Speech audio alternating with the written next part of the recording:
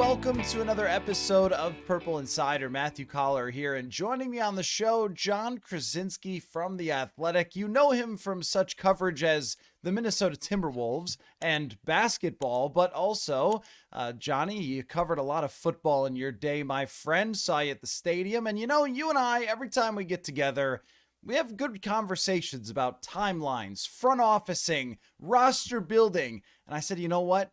We should record some of this and send it out to the world. Johnny, how you doing this morning, man? How are you? I'm good, Caller. I'm ready to share our gifts, our considerable intelligence and views and perspectives with the entire world, which we all know everyone subscribes to this podcast. So I'm looking forward to just blessing everyone with our knowledge and all of our worldly wisdom.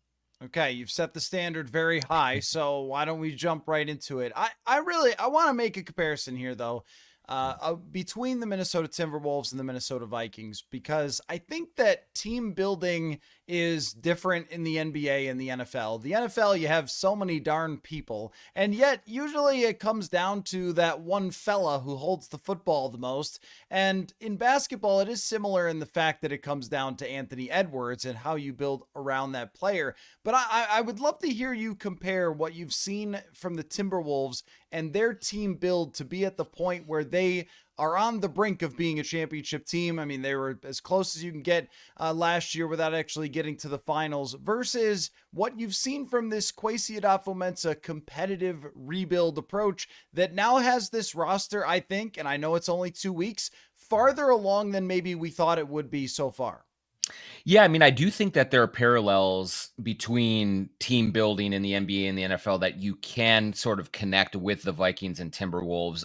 Certainly, the Wolves' biggest breakthrough has been you get Anthony Edwards, you get that number one guy, and that really does change kind of the trajectory of everything else around him. I think for a long, long time, they were really looking for that just a number one solid guy to build around. But also, I think where that's a little different with the Vikings when you have the defense and you have the offense and the kicker, everything that you have to put together. But I think that the similarity between the Wolves and the Vikings is that both teams needed to stabilize their leadership at the coaching position and the front office positions before you could really say, all right, I can see the vision and the pathway forward for both teams to build a contender.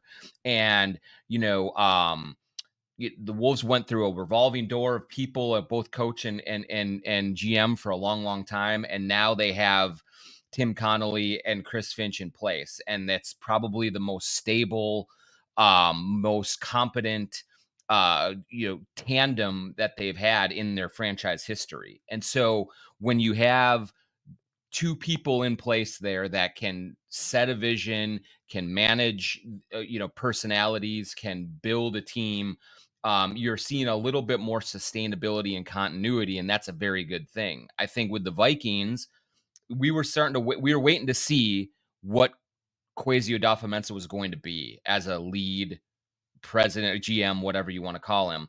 And, he certainly had some mistakes and some missteps. But then you look at this offseason with Blake Cashman and Van Ginkel and Darnold and Grenard and JJ McCarthy, I think is going to be a really good player.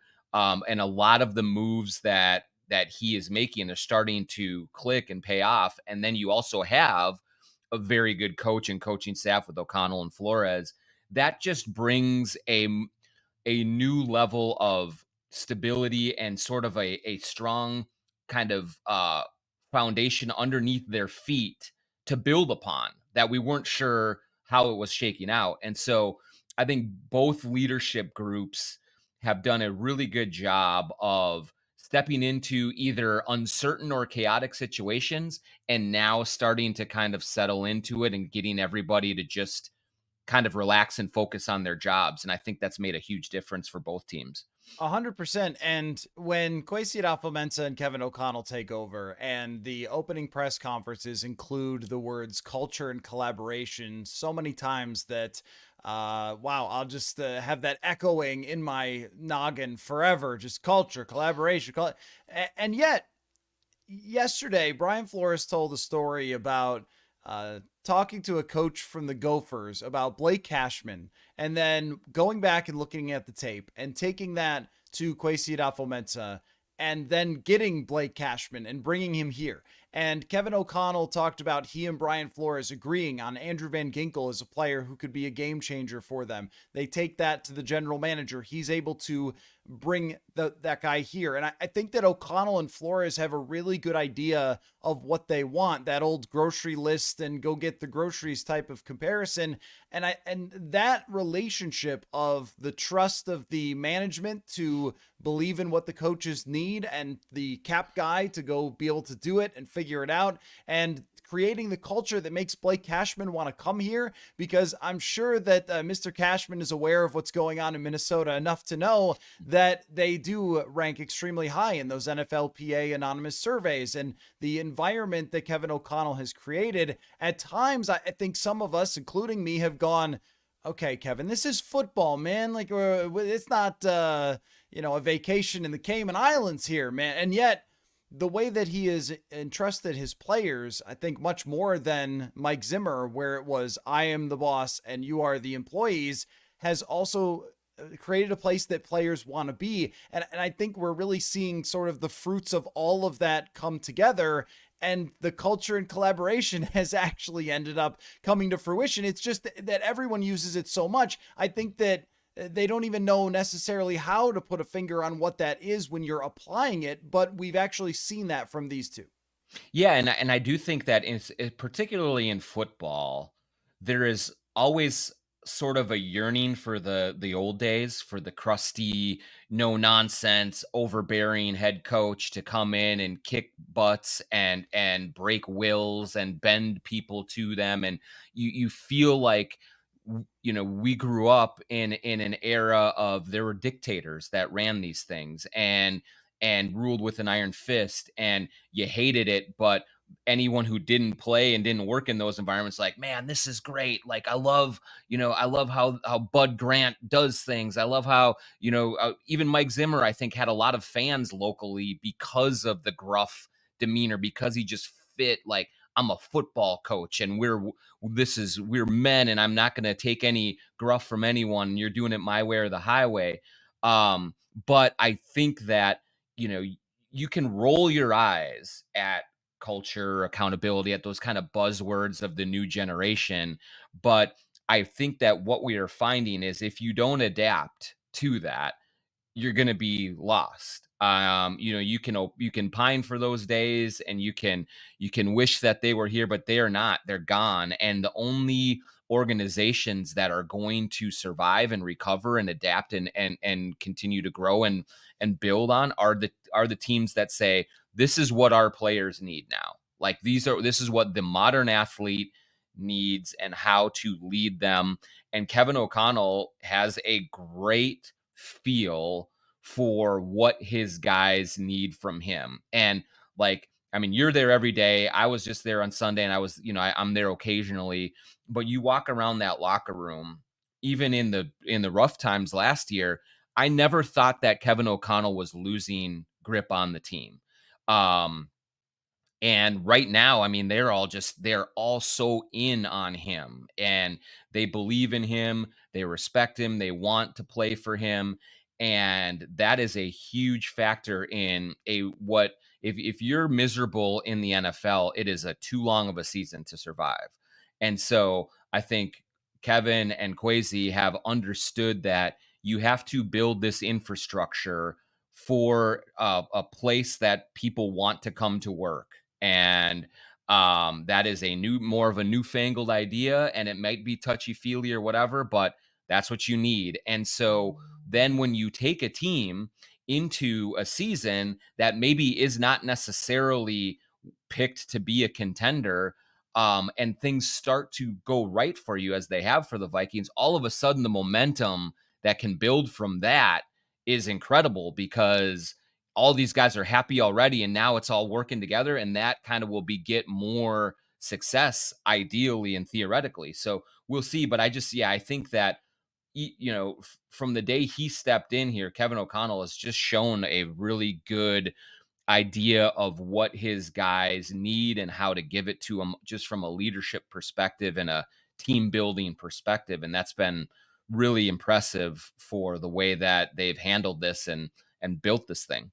And Minnesotans love nothing more than when people say they want to come to Minnesota. Right. And I just, it's not a coincidence when JJ McCarthy, I know everyone would say this, but it was kind of out there before that JJ McCarthy was hoping to be picked by the Mhm. Minnesota Vikings. And Justin Jefferson, I'm sure, was part of that. But also, and these guys all read the internet, they know everybody around the league, they know who graded highly in those NFLPA surveys. And for Kevin O'Connell, I look at the word culture similarly to the word analytics, where it's just used all the time, but it can mean so many different things. And if you just say, yeah, we have analytics, well, that doesn't mean you're applying them correctly or using them Mhm. to actually win. Oh, well, we have a culture. Okay, does that mean memorizing the signs around the building and having to spew them back in meetings, which I've heard of coaches doing and doesn't make any sense to me? I think it was Garrett Bradbury who told me last year Kevin O'Connell understands how to make a schedule for us, which you and I don't think about at all, but they have work schedules just like everybody else.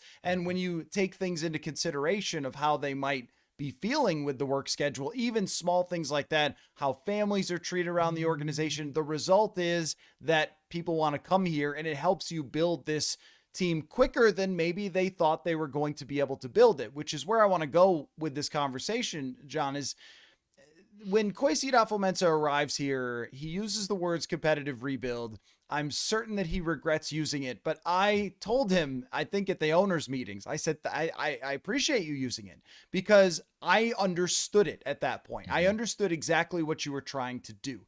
And then in a recent press conference, he mentioned feeling like he was down 33-0 when he arrived, which I'm sure the Adam Thielens and Delvin Cooks are like, wait a minute, I was on the team at that point. But I think he meant more from the salary cap and digging yourself out of the salary cap hell and into the future, because we forget when he arrived just how awful that was as Rick Spielman pushed money into the future to try to keep those players. And then Kwesi had to do it when he got here because the Wilfs wanted a competitive 2022 season. So I'm interested in your perspective in how they've gone from point A to point B, because it has been a long roster journey. If you go back to when they arrived here, what is it like CJ Ham and Justin Mhm. Jefferson and Darisaw and Harrison Smith, and those are really the only guys left. The way that he's executed a competitive rebuild has been, I think, impressive. And now they're at a place where they're more competitive than I thought they would be even here. Yeah, I mean, absolutely. I mean, when you look at it, they had one bad year. Like that's what so far it looks like. Now we'll see what this season turns out to be, and it's been a great start. They still have a very tough schedule. Maybe things kind of level off a little bit, but I think that what I feel comfortable saying right now about this team is I was certainly more on the pessimistic side coming into it, just in terms of I didn't know what you're going to get from Sam Darnold. This was a lot of new elements on defense. You had all these injuries popping up. Obviously you have the tragic death of your draft pick, like all these things that were kind of there and just hanging in the atmosphere, and just like sort of like it seemed like there was some sort of a dark cloud hanging over. And so I just had a lot of questions. And so it looked like with the schedule, with the improved division, maybe you're looking at 6-7 wins at best, and not really being in the playoff mix or in the hunt. Now, after 2 games, I feel confident in saying that looks like an undershot on my part. I think that they're going to be a factor in the conversation for much of the season. And, whether they end up in the double digit win category or whether maybe it's more like 8 or 9 and they're at least like right in the mix, you feel good about the direction of the team and where they're going, especially with all of the um, cap space that they have for next season, JJ McCarthy, all these things. So things are lined up much better. And so to be able to do that and put yourself in this position with only one down year is a real testament to their abilities, because you're seeing a lot of teams that struggle for multiple years in a row, that need several years to dig out of whatever hole they have put themselves in, and then they honestly sometimes don't even dig out of it. Carolina, we'll see about Chicago, all this other stuff, um, but the Vikings have been able to kind of transition from an old team that was miserable and that had felt like it reached its absolute ceiling. There was no higher that it was going to go, to now a new look, fresh team, that has energy, that is competitive, that also has the flexibility with future assets to really kind of continue to build on this and even and improve a great deal, all in the span of one bad season. And I think that is something that cannot be overestimated, is how difficult that can be to transition from where they were to where they are now, as quickly as they did. No, it's true. And it comes back to, I think, the cap space that they were able to create by moving on from Kirk Cousins. And when we evaluate the entire thing, now, if Kirk was here, we'd be talking about what his Achilles looked like, but the vibe would be a lot different Talking about a because fourth quarter comeback on Monday Night Football is what you'd be talking about. that was very 2022-ish, where the other team is just about to win the game, and then, oh, they're not. It reminded me of Josh Allen's QB sneak fumble, where you went, wait, they lost that game after having a 99% chance to win, or whatever. But with Cousins, we would be talking about something else beyond just his Achilles and how he looked running play action, which would be, you have to compete for the Super Bowl this year, and anything short of that is not good enough. And you also have to spend so much money to do so that Jonathan Grenard, Andrew Van Ginkel, and Blake Cashman, maybe you would have had one of them, but you most certainly would not have had all of them. And that was always the thing. I fully believe if you took the 2020 version of Kirk Cousins and dropped it onto this football team right now, we would be talking about a very legitimate Super Bowl contender. But that's not how football works. You don't get to do that because everything costs something. And I think that when we were going through this offseason, we were talking so much about what it was going to mean for McCarthy in the future that we sort of forgot that it could actually be good this year. And this is the trouble I'm having through 2 weeks. It's such an exciting win against San Francisco, is how much weight to put on that as we evaluate the entire season and where they really are in that timeline. If it gets accelerated, so now all of a sudden, if they beat Houston, should we be talking about, hey, it doesn't matter if we expected it to be the future. The future is right now, buddy. Because when we look around this roster, it's interestingly not that young, but it's not that old either. It's a lot in its prime. Brian O'Neill's in his prime. Christian Darrisaw, Justin Jefferson, Jordan Addison's a second-year receiver now. Aaron Jones is an older player. Grenard is in the middle of his prime. And I think that because the quarterback situation is young with JJ McCarthy, that we all equated that to, well, you've got a young roster, but they really don't. And I was thinking about this where we talk about Carolina or Chicago. Chicago's built up with some veterans, but so many teams draft quarterbacks when their roster isn't ready for them. And I feel like this team is one of the rare exceptions that actually drafted a quarterback when their entire roster was ready for that player. And I know he's not going to play this year, but that's an interesting dynamic to me, that the environment that they've been able to create for Darnold and then JJ McCarthy is so vastly different from what you usually drop into for a journeyman who you're hoping can find himself, or a rookie top 10 quarterback. Yeah, it's leading into the NFL draft. I mean, I think I heard from a bunch of different analysts and talking heads and people of, that which team is best suited for a young quarterback to go to, and the Vikings were absolutely listed as, by many people as, yeah, that's the team that you would want to land on. You have Kevin O'Connell as a very good quarterback coach, offensive mind. You have Jefferson, you have Hawkinson, you have Addison, you have all these weapons, and an offensive line that is at least improving. So you look at that for JJ McCarthy, great. But also, I think what we maybe didn't talk enough about, and it's been mentioned, but like also that's great for Sam Darnold. So if you're going to plop, if you say this is an ideal spot for a rookie quarterback to come in and play, then it's also an ideal spot for a borderline journeyman who's looking to prove himself, who's wants to show that actually maybe this is a nature versus nurture argument, and that he actually was just put in poor positions by the Jets and Panthers and has the physical tools. He's also still fairly young and can sort of reinvent himself.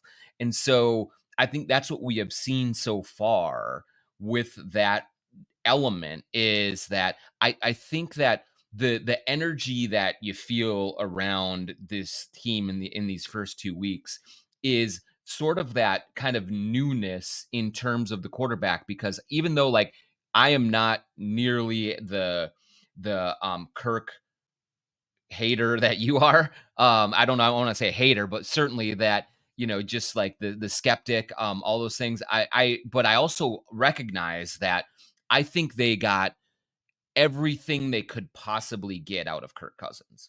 Um, and that I did not see another step up the ladder for him to take in his progression, in his development, especially coming off of an Achilles. But with Darnold, you kind of have this sort of exciting, like, hey, let's see what we have here. Like this is, we've seen little bits and pieces of possible success with him in previous stops, but now he does have the environment around him and he can flourish. And boy, if he flourishes, that really bodes well for JJ McCarthy down the road, because this is a system that is proving to be an incubator for good quarterbacks and allow them. And so I think that kind of creates just a little bit more of a buzz, is that uh, there is a sense from the fan base that you don't know exactly where this team can go right now. I think there was a real sense in the Kirk version of things. We know what this team is. And at its best, it's a playoff one round team, and that's it. Maybe they will be worse eventually with Darnold, but you don't really know. And it looks this is fun and it looks really good right now. So that's what's just an interesting dynamic for me, is just looking at it, and everything feels so new, even though you still have Smith, you still have Darrisaw, you still have Jefferson, you still have O'Neal, you still have Bradbury, you have a lot of really familiar faces, but there's a couple really new guys in very important positions that, like, okay, like let's really see, like, who knows where this can lead. Just now, I thought of a way to frame my opinion about Kirk Cousins that I wish I had thought of many years ago. Because you mentioned the hater thing. Mhm. People on the internet would say that about me. But what it really is I hated the plan.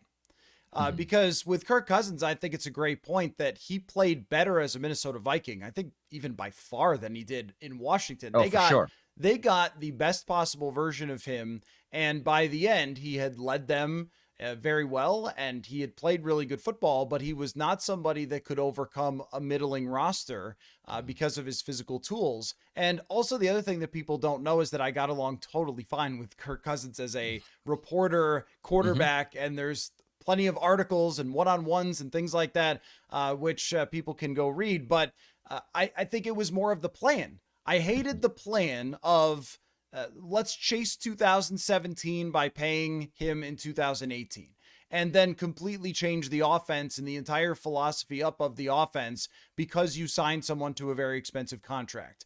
And once the ride was over, the 2017 ride was over, which was at the end of 2019 when they walked off the field in San Francisco after losing that game, I hated the decision to bring him back, but then try to rebuild on the fly with a very expensive veteran quarterback. So your big signings end up being Michael Pierce and Mhm. Delvin Tomlinson, and not the guys that we just mentioned. And hey, by the way, they added Stephon Gilmore at the Right. last moment. Stephon freaking Gilmore. Like this guy has been one of the best corners in the league. And they just said, oh yeah, let's give him 10 million bucks at the end of the summer because we have 10 million bucks to give a guy at the end of the summer. When before they were playing Holton Hill because they had no money. The guys that they were playing are not even in the league anymore. Is Cam Dantzler playing anywhere? I mean, there are so many instances like that where they couldn't afford that last guy in free agency that, yes, that guy would have taken Kirk over the top,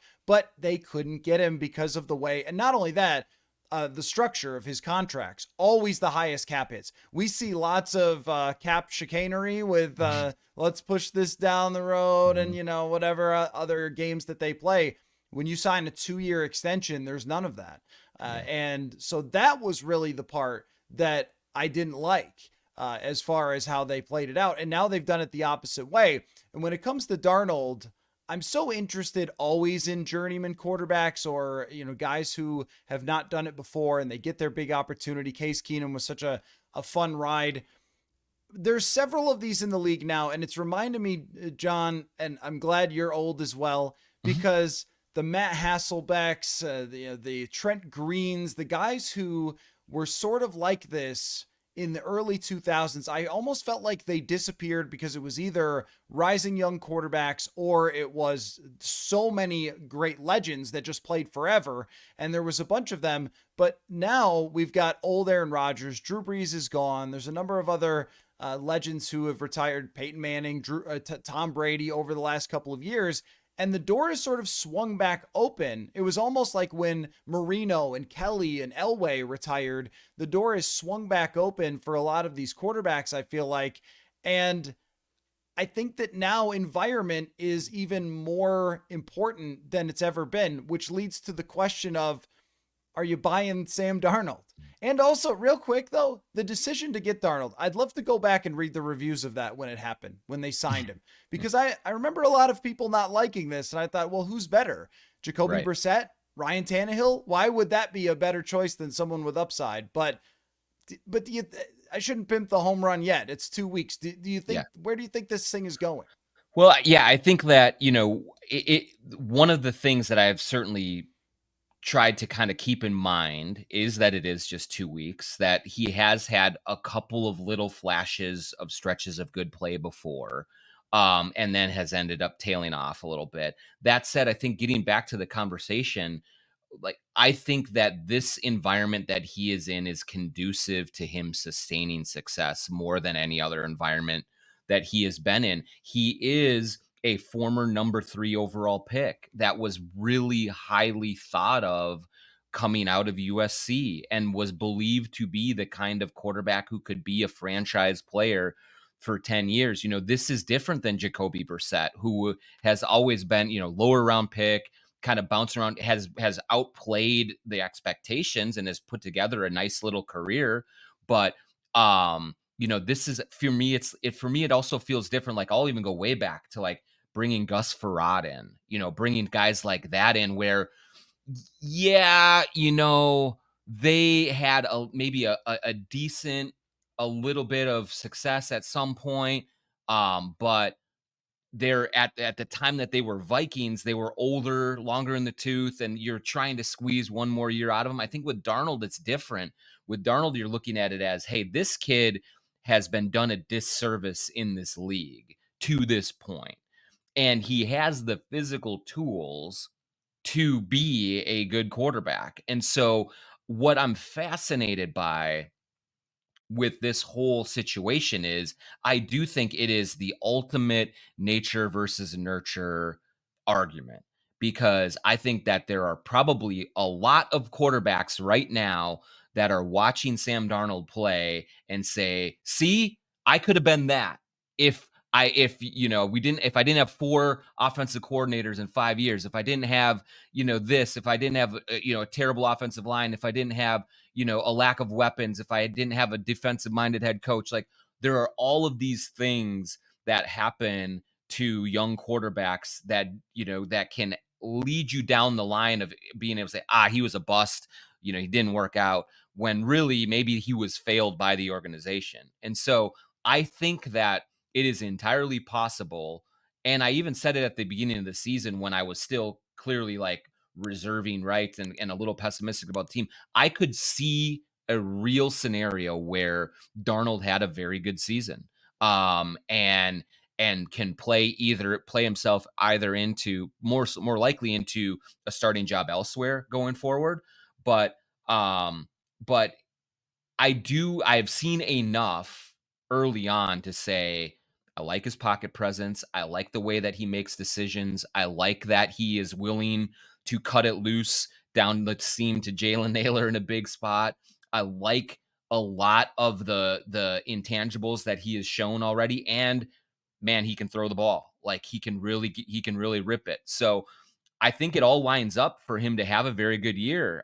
We will see if he can continue making good decisions and not throw 3 picks and do that sort of stuff. But in terms of the environment and in terms of his ability to fit into what they want, it's a really good match. And so it can absolutely, I think, work out over the long haul of this season for him to be a plus quarterback that helps them win games. What's maybe not given enough credit here is Sam Darnold himself going from the failure of Carolina to San Francisco and winning that backup job and taking on that role in a humble way, and even learning things from Brock Purdy that he's talked about, which, Purdy's a younger quarterback than him, and Purdy is not the high draft pick at all, as has been maybe slightly documented at times.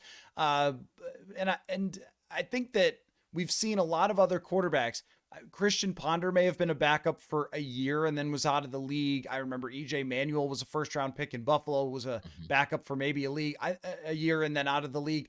I think it's very, very difficult for a former first round draft pick to then go somewhere else and say, I can build off of this. I can learn from this year. And he beat out Trey Lance. They had every reason Mhm. to want Trey Lance to keep that job and stay in that competition. And they just had to go with Sam Darnold as a backup quarterback. And I think that said something about just his mentality and his approach. And then he comes here and we're all talking about JJ McCarthy. Well, yeah, Sam Darnold's on the team, but whatever. Let's get out of here. Let's see the McCarthy. Let's Mhm. talk about his practice reps every day. Darnold would be having good practices, throwing bombs to Jefferson, and be like, okay, all right, out of the way. Let's see what those second team reps look Mhm. like for McCarthy. Never seemed to be bothered by that, and took a very professional approach. Talked about going on golfing trips with McCarthy. Like, he understood the assignment, and I don't think we can underrate that in a world of just massive ego and everybody kind of being all about, well, this should be all about me. I'm the talented guy. I guess I think we should be talking about that as much as how bad his other teams were.